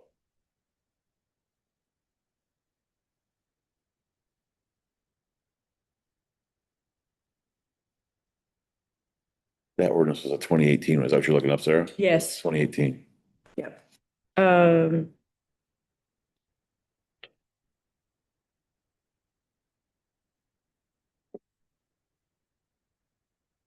I feel like it just needs to be written in such a way that there's boilerplate blanket language and then also calls into reference the ordinance. But then still, if you change one, it's still, But at least the charter still has. I feel like there's a way that it's not coming to me right now, but there's a way to write it as such that, the more restrictive covenant applies kind of thing. So how about this? Section 11.1 in my reading is, even if it contradicts the existing policy, is still just good language on what a conflict of interest is. I think the problem is in 11.2, which is that disclosure piece, which you referred to. Okay. So does the current, go ahead. Would you like me to read what the ordinance is? I have it pulled up. Okay. Sorry to interrupt you. Yeah, no, I'm just saying if the current ordinance could supplement or replace something. Under conflict of interest, it says, conflict of interest shall mean a town official or town employee's direct or indirect financial or personal interest relating to any town contract, any town transaction, or any decision by any town board, commission, or similar body of the town that impairs or would tend to impair, or that would influence or tend to influence the official or employee's independent judgment or action in the exercise of his or her duties. A financial or personal interest for purposes of this code includes the financial or personal interest of a town official or town employee's immediate family members. That's what Yeah, the you could- ordinance reads. So you could, in section, because it sounds like 11.1 then goes on beyond that. So you could, I would say take that and put it right in here. That's what I'm thinking. yeah. And then the disclosure part, and so the disclosure part though is the thing that I think needs to be I fixed. also forgot about the family part in there because the family part needs to be in here also. But that's where Yeah, you made that reference. That's where that would come into play and it's accurate. right. So disclosure in the ordinance reads this way. Okay. If any town official or employee anticipates that a conflict of interest as defined in section 2-5 above, what I just read, Mhm. might exist or could develop from any action said individual may take in the exercise of his or her duties, or from any influence which might be deprived from his or her position, said individual shall disqualify So themselves. that's the same. That's this. That's word for word. We want to take it from. It says no official or employee shall disclose or use any confidential information obtained in an official capacity except in the discharge of his or her public duties. The term confidential information shall not be used to restrict the release of any information that is properly available to the public. That you're moving on past conflict now then. That also, yeah, that says That's misuse, disclosure that's also. disclosure, misuse position. Mhm. But the conflict of interest definition, where I would move that we replace section 11.1 with the conflict of interest definition from the town ordinance. Which you just, I think is section 3, 4, Is there a second on that? just to align them. And if we change the ordinance again, then in 5 years when they change, and we haven't changed yet, that was the first ethics ordinance change in 20 years. If we change the ordinance again, then 5 years from now, the charter revision can change it again. I'll second that. I agree.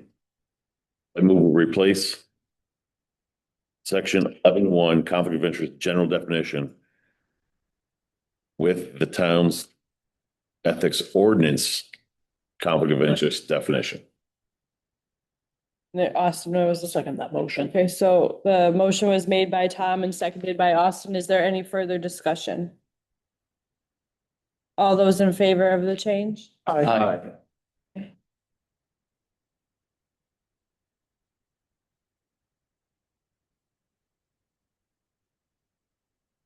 All right, section 11.3, they brought up changing that to include poll workers as an exemption. Allowing poll workers to be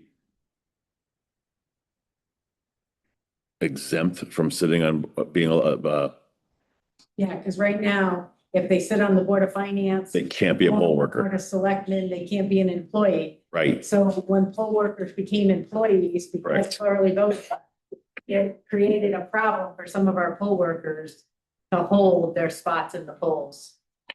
I understand why this is here, but I have a problem with the entire thing. No member of the Board of Finance shall be an elected or appointed town officer, official, or employee. Oh, wait, this isn't the one. Oh, no, I didn't. Except the pension board. Then would you, they're just suggesting and, right? Poll workers, right, at the end of that sentence. Uh, I don't think it would be a conflict with the Board of Finance for somebody to work at the poll. right. I agree. It's a I agree. week at the most stint. Depending on what their role is. So, I would like to, Or could we change it where could it be a full-time employee? Could we make it read could be a full-time employee, so your part-time people can be? That's a bad idea. Because poll workers are full-time though, some of them now, right? Please, full time.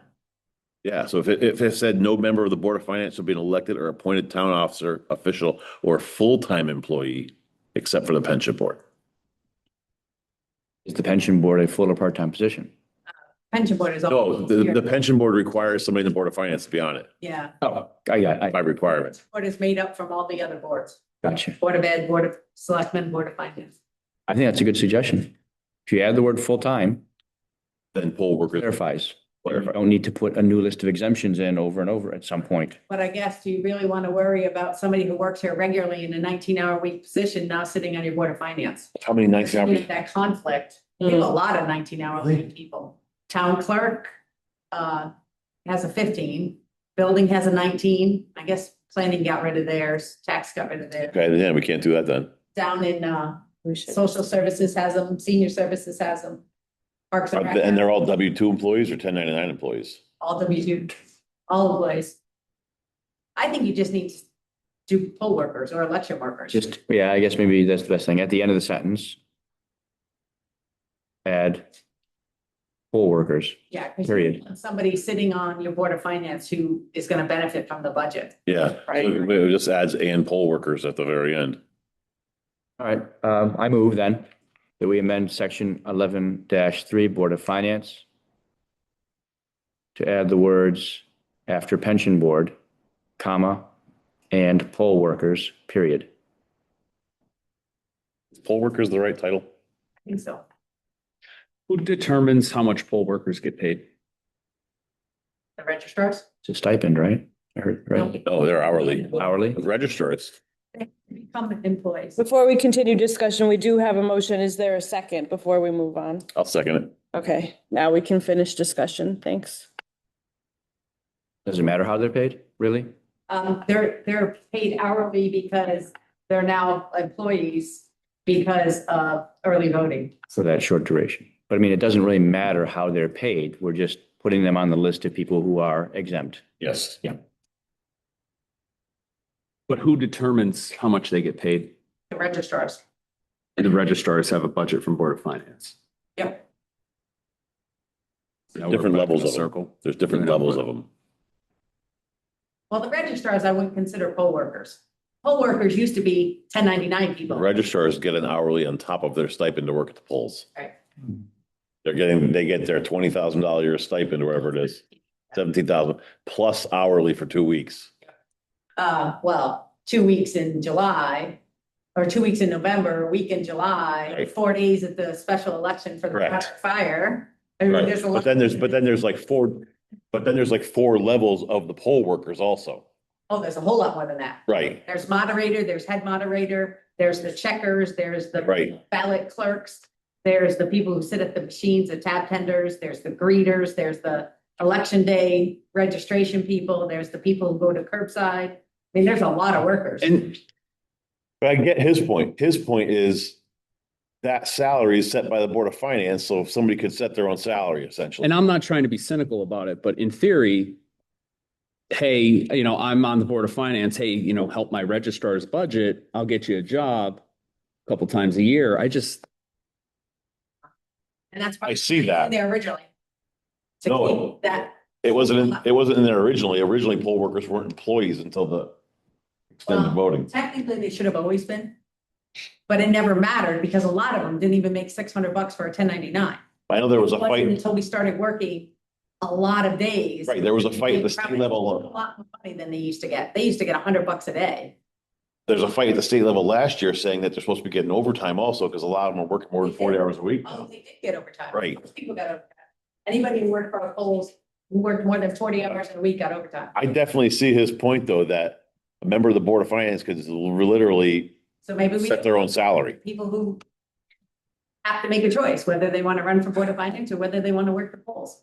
I mean, the people that it affected, there's one still on the board, but the other person left the board. So, that's a personal choice. I think I'm good leaving it off. I think that could cause more problems than it's worth fixing. They had no problem finding people to fill the spots for poll workers. That's Let not, me rephrase that. It was difficult and they called around. I found people pretty quick for when they called me to ask. We had our polls were plenty staffed. We didn't have a shortage. The change from being 1099 people to being employees was a major. Nobody liked it at It all. was difficult for the presidential election because there was longer hours and more time. But, And when they go Mother's Day, right, Halloween, some of the days. but they had, but the other elections, they had no problem filling people wanted the money. I mean, Board of Finance is 7 people. You gotta win over 7 people to make that decision to increase the budget for. So they all volunteered to be poll workers. You just have to win over what? in regards, if the motion's still on, I'm gonna vote no, I don't support it. I'm, with the discussion, I'm changing my opinion there also. Did I second it? You did. Oh, man, that's tougher. Well, the motion is on the floor is to Still vote. change the language to comma and poll workers at the end. So I can withdraw the motion. What are the other options, though? The people brought up that there should be an exemption for that, but like Amy was saying, it's one individual. Right? It's one person that, why don't we vote on this and let's then vote on is it. it? Yeah. If we'd like to. So all those in favor of the motion? All those opposed? All right, So, Okay, so motion fails. okay. good point, Dan. So do we want to flag this then to come give it some thought and talk to legal or That's what- anything? Do we just want to leave it as is or what are we thinking? I don't believe in fixing what's really not broken, so Okay. I'm in favor of Leaving. on. Yeah, because, and honestly, if there was that much of a problem of filling the poll worker slots, the whole Board of Finance couldn't go over there and fix it. Yeah, okay. Okay, so, okay, move on. Mhm. Okay. Section 12-1, transfer of powers. No, she's not on the board anymore. But she's good. She can work again. Yeah. She fixed her problem. Yeah. She didn't run for board of finance. It was Tom later. Was the other one. He'll be fine. God, they like run on sentences.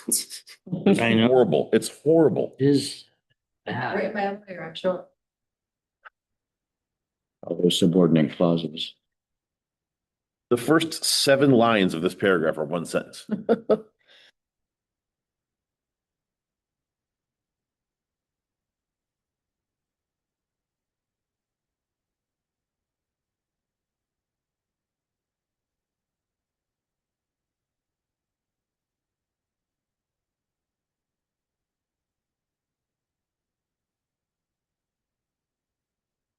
I have no concerns. I have no idea what it says. I'm not gonna lie, it's, Well, it says that if a board or commission is dissolved or removed or changed, then all of its records, all of its possessions, all of its, right? What do you want to call it? Ephemera gets transferred to the next responsible commission or board, especially if those responsibilities have been absorbed by a new or different board. So that would be like the planning and zoning, when they were separate boards. Mm-hmm, Planning would have been one, zoning would have been another. When they combined, right. but the second half says all commissions, boards, similar bodies abolished by this charter, whether elected or appointed, shall continue in the performance of their duties until provisions have been made for the discontinuance of such commissions, boards, similar bodies, or offices, and the performance of their duties by other commissions. So that's saying if they abolish a commission, you have to continue working until they find a replacement. So when this committee expires for charter revision, we have to keep working until they find our replacement, which is 5 years from now. It doesn't make sense. They're statutory limited to 18 months. Right, but what if, essentially, if we finish in a year, we can't finish in a year. What about ethics? Or Right. ethics, what was the other one? It was ethics, when we started and then it disappeared. Diversity Council, like, You should still be meeting. they should still be meeting it. According to this, they should still be meeting. Well, Wasn't abolished by the charter. It just didn't, didn't renew. that's Well, not, if, for example, you got rid of the, talking about abolishing Yeah, commissions in the charter somewhere else. right in this section where for transfer of powers, but I don't think. There is another section for it also, yeah. In the original powers, there was.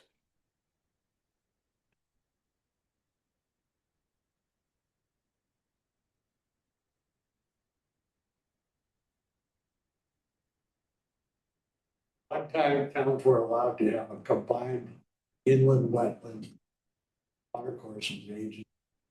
Could be, when they were initially established, it could be part of either the Planning and Zoning Commission or the Conservation Commission.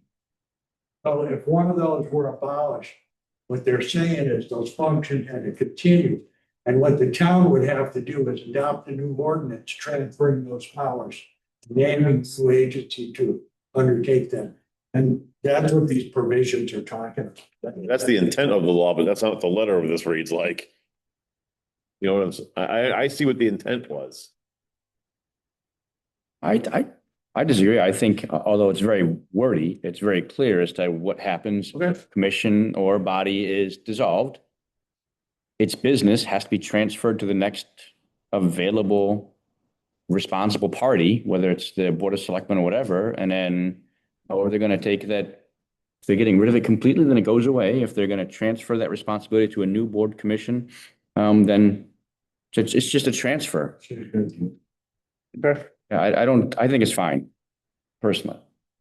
As it is 12-2.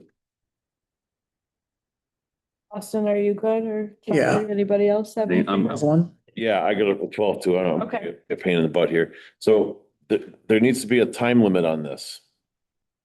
And I'll give, again, the example of ethics is there's a folder in the vault of every confidential ethics complaint the town's ever received. that literally no one in town has access to. Because the only people who were by ordinance have access to it were the chairmen of the commission when the complaint was filed. And I talked to Jason about it, and there's apparently a records disposition place at the state library, and they have no idea either. And I went through there, and there's some egregious complaints in there that are supposed to be confidential, and the file just keeps getting thicker. So Interesting. who was the head of the ethics when it was Has access it to, was made? has access to the confidential files that they put in there. Other than that, That's what happens when that person passes away. other than that, no one has access to that file, and it's like this freaking thick. And there's some employee stuff in there that's like nasty.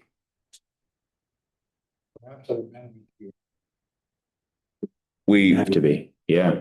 apparently I brought that up when we wrote the ordinance, and they said it would be a charter issue as far as records retention.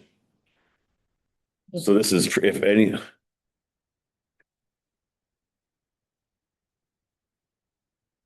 Because apparently there's a records retention, once something's in the vault and the town clerk has it, there's a state office. There's a state office, We all have a records retention through the state library. the state library. We have to ask for permission. And when you know what it was? First, I have to do every. And we were doing the amendments for it, the state records library was closed for COVID. And then Ethics Commission disbanded because there's no members. So it's still like an on the books issue. But there is files that no one should have access to, and we have no way to do anything with them. Well, I think that's an important issue, but I think, as Rick said, the ordinance needs to be changed to solve that problem. But this language, although your point is germane, has nothing to do with the fact that the ordinance is flawed. This just has to do with keeping records and transferring records. But would a commission who has no members anymore be an abolished commission? No, it's not. No, because it abolished. didn't Just get that- abolished.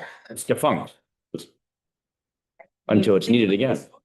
Pause. Commission. Mm. It still exists. It has two people, but they can't meet because there's only two of them. So there's not enough for a quorum.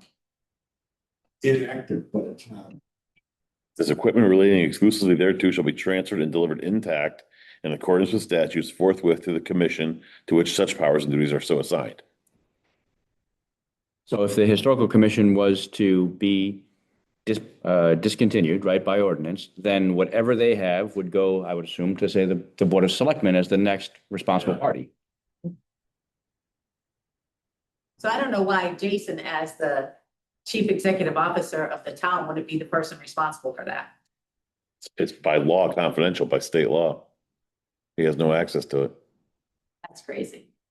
Yeah, I agree. It's a state ordinance for it. We need 16 other people. Oh, we need 14 other people. Whole town meeting right now. Let's get this going. Got 2 neighbors and 2 parents, so we're in good shape. You could walk in there and shred that and no one would know. No one would care. It's crazy.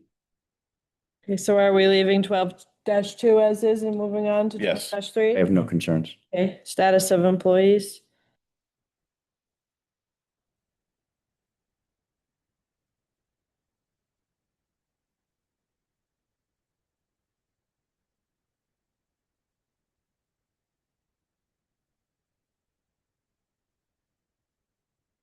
It's just like legal language too. Yeah. Any concerns with that? Well, concerns. 12-4, continuation of appropriations and town funds. I do have where are you? Oh, 4? Yeah, we're past our agenda items. We're supposed to do 8 to 11. 8 to 11. Apologize. Okay, thank you for that. Done. Okay. Sorry about that. I had 12 on there. Review, what's that? I know, but our agenda says review and discuss charter sections 8 through 11. You're correct. Thank you. That's an error, but okay. You're right. Yeah, thank you. What do you have, one page left? We literally have one page left. One section. And I believe on our meeting that we were having with the snow, it was supposed to be through 12 and this must have been a slight boo-boo. I mean, I would just go, but it's, No. somebody would really cause us think for that. Thank you for catching that. I appreciate it. We don't need anybody to We literally have to have another meeting for one section, but You could start with some of your review. Mhm. Right. Yes. Start with your process. Yes, I appreciate you sharing. Thank you very much. Yes, it's Yep. I think what we should do for the next meeting is do 12 and then make our list for the attorney. That's probably not a bad, although we should, That's not part of our agenda, so we're, No, I mean, next week. I'm saying for the next, I know, but next scheduled meeting, it should be make a formal list for the attorney to review. right, but it's not on our I know. agenda now to discuss our future meeting. No, we should move, we adjourn. Second. Okay, motion was made by Tom and seconded by Andy. All those in favor? Aye. Okay, we're adjourned at 9:02 PM. Now we can just go. All right. I am very sorry for being late. Okay, Called in at the last minute to be at Sports Awards. moment, we're just gonna stop the recording here. Yeah.